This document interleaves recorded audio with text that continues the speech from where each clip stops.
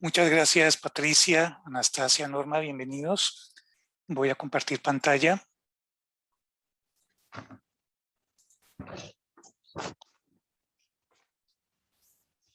Bien, me confirman que estén viendo la diapositiva. Sí, sí, se ve muy bien. Bien, muchas gracias.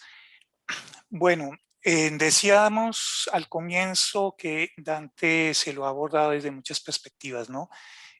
Aquí pues yo me he interesado por la parte del paisaje, o sea, la parte geográfica y la parte de la lengua, y a través de ello ver cuál puede ser o cuál era el pensamiento lingüístico de Dante sobre la lengua italiana entre comillas, y ahorita pues vamos a ver por qué. Evidentemente esto no agota todas las perspectivas, ¿no? Y bueno, aquí empezamos con algo que sería como un cliché por estas fechas, pues se lo llama el Sommo Poeta, o sea, el poeta más grande en lengua italiana, y esta otra denominación, padre de la lengua italiana.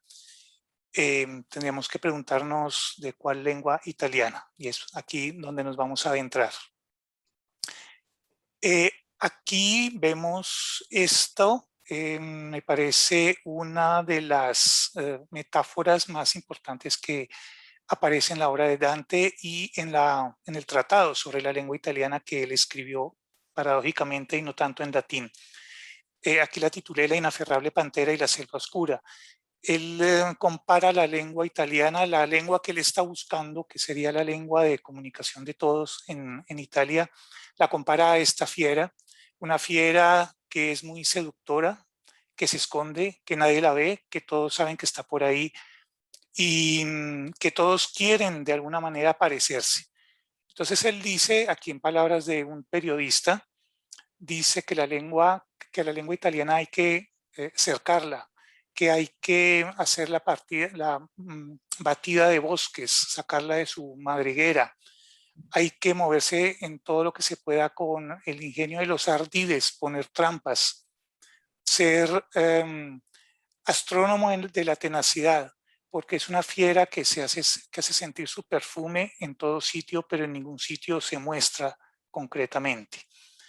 Esta parece una búsqueda destinada al fracaso, pero veremos que no es así. Después de 7 siglos parece que él hubiera visto qué era lo que iba a pasar en esta Italia. Entonces, en el siglo XIII y XIV, no, digamos, se podría hablar de lengua italiana. Para ello habría que tener en cuenta que Italia es una entidad cultural en aquella época. No podemos hablar de un Estado italiano, simplemente es como cuando uno habla de América Latina, es una entidad, sí, es como un ente que sabemos que comparte lazos culturales, aunque no haya unidad política. Y en latín, en su tratado sobre la lengua italiana, él la nombra como Italia, como lo ven ahí, con esa ortografía bastante heterodoxa. Y la lengua común de todo este ente cultural, que él lo llama en italiano el volgare illustre, en latín lo llama latium vulgare vocatur, o sea, como si fuera un latín vulgar, ¿sí? No lo llama italiano. Entonces ahí viene una paradoja, porque el padre de la lengua italiana si él no la consideraba italiana todavía. Bien, para ello tenemos que ver cómo estaba esta entidad cultural llamada Italia en el siglo XIV, totalmente fragmentada. Evidentemente no se puede ver cada uno de las divisiones políticas en la diapositiva. Lo importante es ver que era un enorme rompecabezas. En el centro y norte, por aquí, todo esto estaba conformado por las ciudades-estado italianas. Estas ciudades que van a impulsar la economía, que van a impulsar el cambio de visión que dará paso de la Edad Media a la Edad Moderna. Y veremos cómo en algunos de estos sitios se van a producir hechos, llamémoslos así, que van a impulsar este despegue de lo que después se llamará la lengua italiana. Aquí a la derecha tenemos un mapa bastante patriótico de la República Italiana, siglo XXI, y vemos pues que es un estado que nació 5 siglos y medio después de esta reflexión de Dante. Para ello, bueno, tenemos que remontarnos nuevamente al siglo XIV. Aquí esta diapositiva titulada Dialectos de la Italia del siglo XIV, dialectos entre comillas, porque en la lingüística italiana el concepto de dialecto se refiere a todas las lenguas hermanas de la lengua italiana, lenguas neolatinas, que no tienen estatus de lengua oficial ni lengua nacional. No es digamos, la acepción que normalmente conocemos aquí en el mundo hispánico como una variante dialectal de la misma lengua.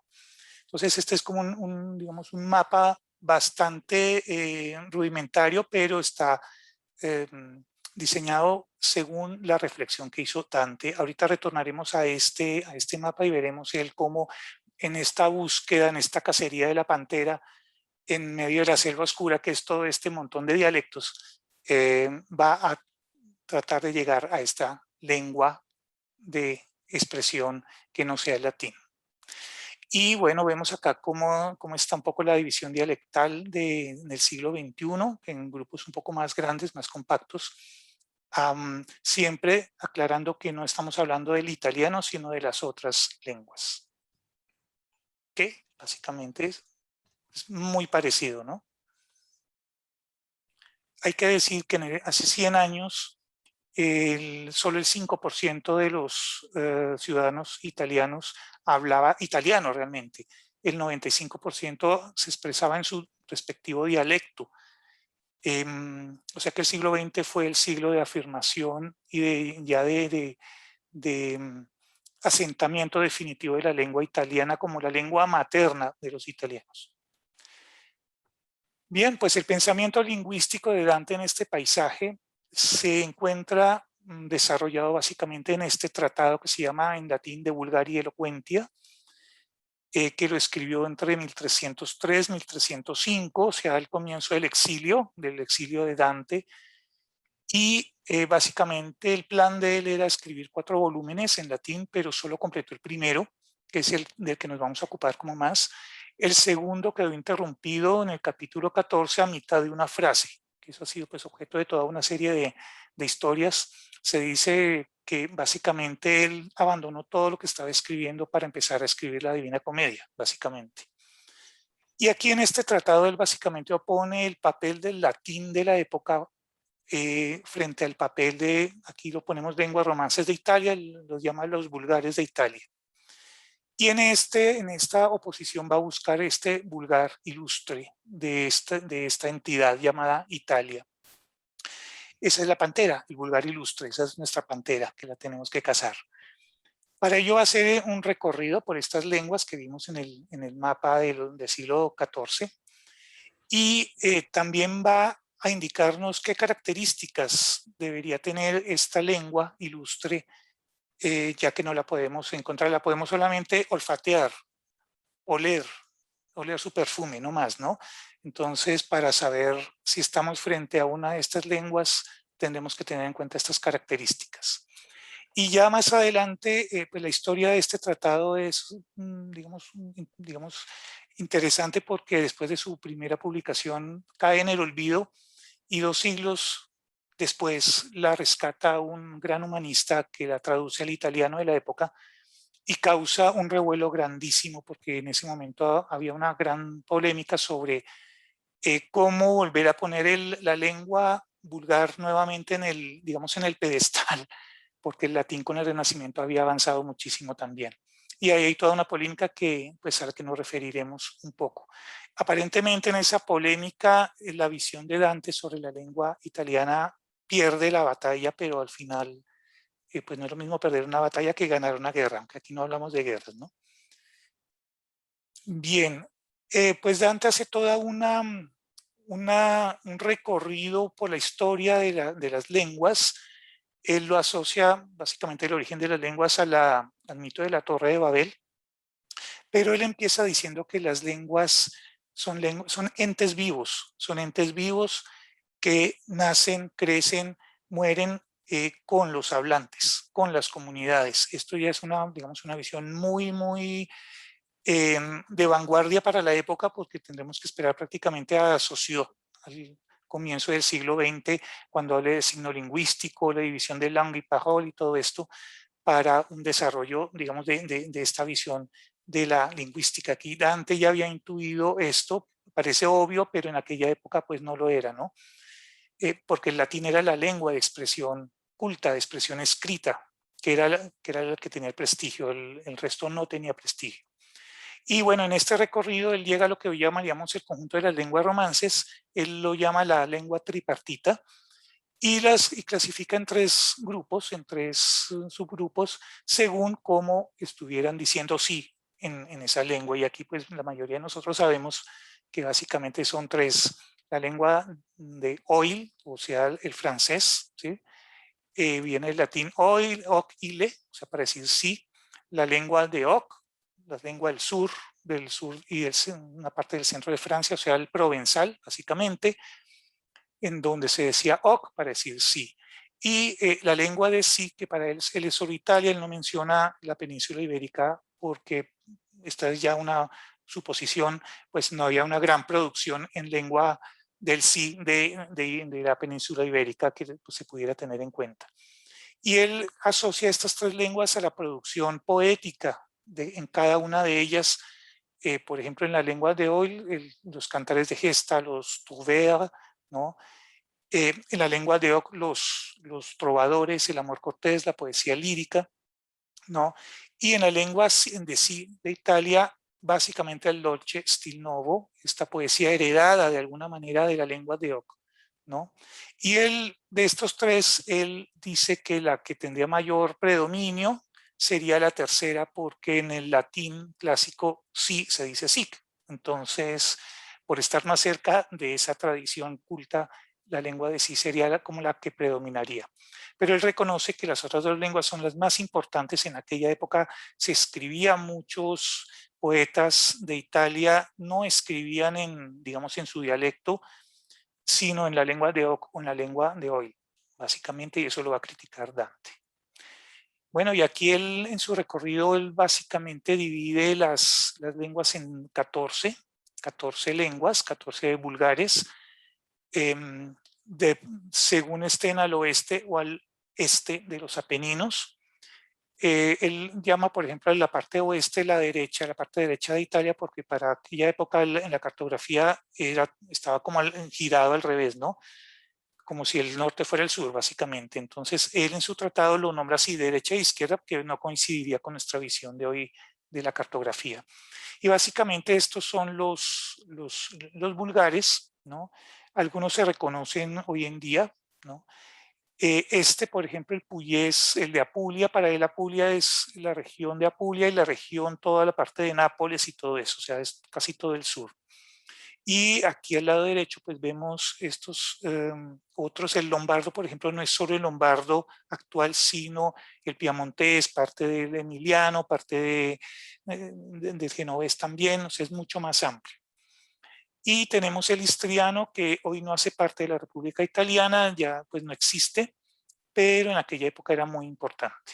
Entonces, pues bueno, ese es como el inventario que él hace de estos vulgares, y él va en esta expedición de cacería, tiene que quitar maleza, él va diciendo voy a podar y voy a ir descartando de estos los que no me parecen, hasta dice, para crear suspenso, encontrar el que sí es. Alguno de estos es, dice uno, ¿no? En algún momento.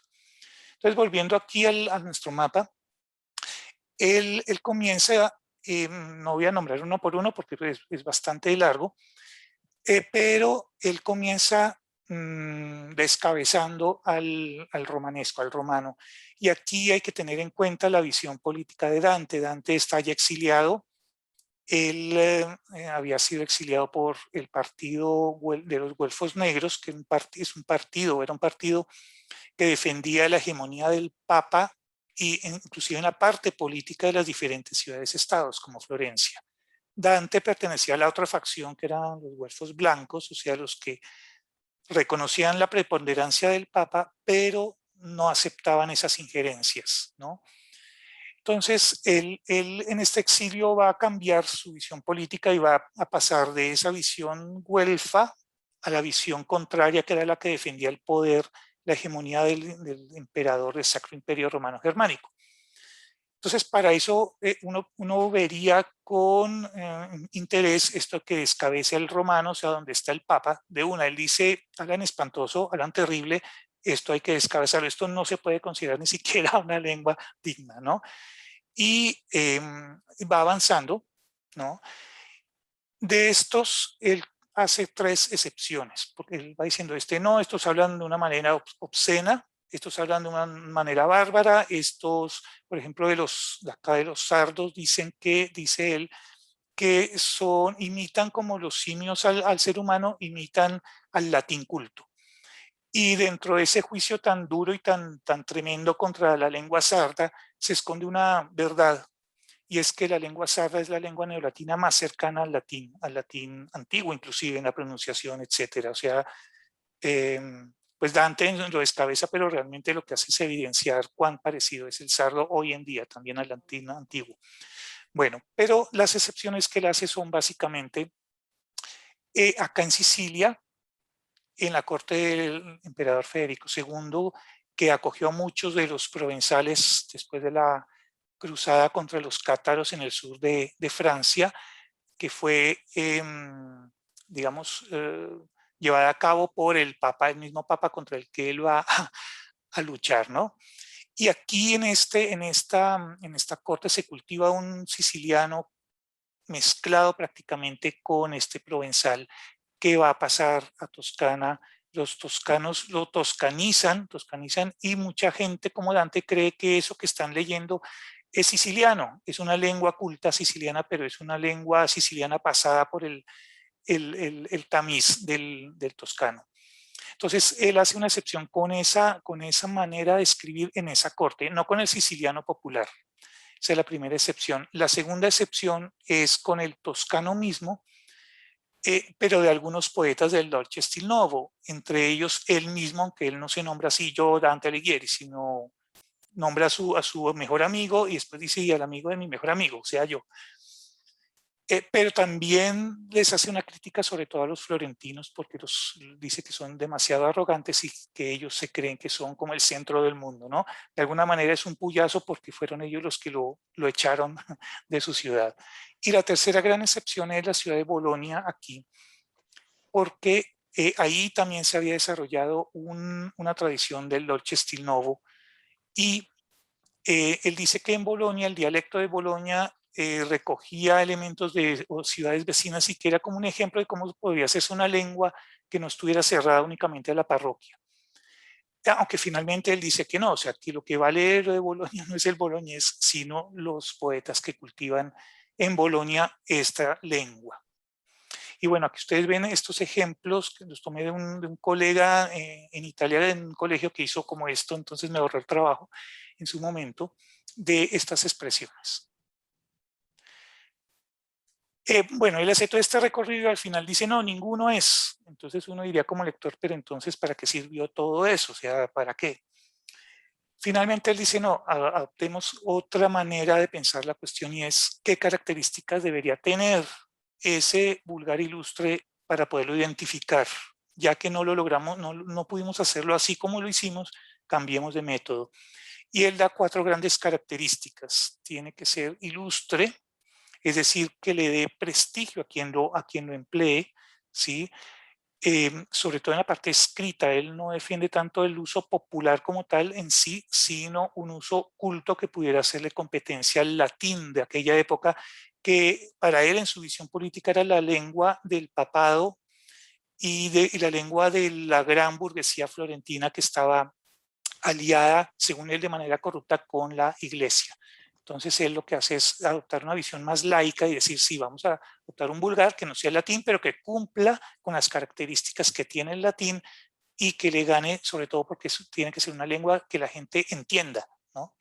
Entonces tiene esto de ilustre, cardinal, tiene que ser referencia para todas estas otras lenguas, tiene que ser referencia. Todas estas lenguas tendrían que verlo como un faro hacia el cual parecerse cada vez más, ¿sí? Y que dejen de ser tan bárbaras, obscenas, etcétera, como él pues las califica en el tratado. Áulico, esto es muy importante, debe ser la lengua de una corte, ¿sí? Que le dé prestigio a la corte y a su vez la corte al emplearlo le dé aún mayor prestigio. Y él dice que evidentemente en Italia no hay en ese momento una única corte, pero que si esta lengua, este Volgare ilustre, se logra consolidar cuando algún día esté unida, Italia le va a dar, digamos, ese prestigio, ¿no? O sea, de alguna manera anticiparía lo que pasaría 5 siglos después, ¿no? Y dice que es curial porque debe ser una lengua que se pueda emplear para las leyes, para que la gente entienda las leyes, para que entienda todo lo que es la justicia. O sea, la parte de justicia, la parte del poder político, la parte de la, digamos, del elemento que alrededor del cual gira todo y la parte que sirve para expresar lo más alto. Para él era el amor, en términos de más o menos de amor cortés. Bueno, ahí la foto, Rodolfo, señora, ya casi me ya acaba. se te acabó el tiempo. Listo. Y él da algunos ejemplos, aquí hay unos ejemplos del mismo tratado de los autores que él menciona como que serían dignos porque han cultivado esta lengua. Entonces vemos aquí ejemplos de diversas partes de Italia, ¿sí? Que pues pueden hacerlo. Y finalmente en su tratado dice pues que se debería llamar italiano, así como los dialectos ya a nivel de regiones tienen un nombre, se debería llamar italiano, aunque él no usa la palabra italiano, sino latino vulgar. Y finalmente esto de la famosa polémica, la cuestión de la lengua, que finalmente quedaría derrotada en esta época del siglo XVI porque se impondría esta, la de Pietro Bembo, la de la primera gramática italiana, que signaría el destino hasta, pues hasta la unificación de Italia y hasta ahorita el siglo XX cuando la televisión cambió todo. Bueno, aquí unas referencias, esta es la edición de Bulgaria y Elocuencia, que es interesantísima, edición Cátedra 2018, súper interesante la introducción. Y bueno, la bibliografía, por si alguno de ustedes está interesado. Muchas gracias.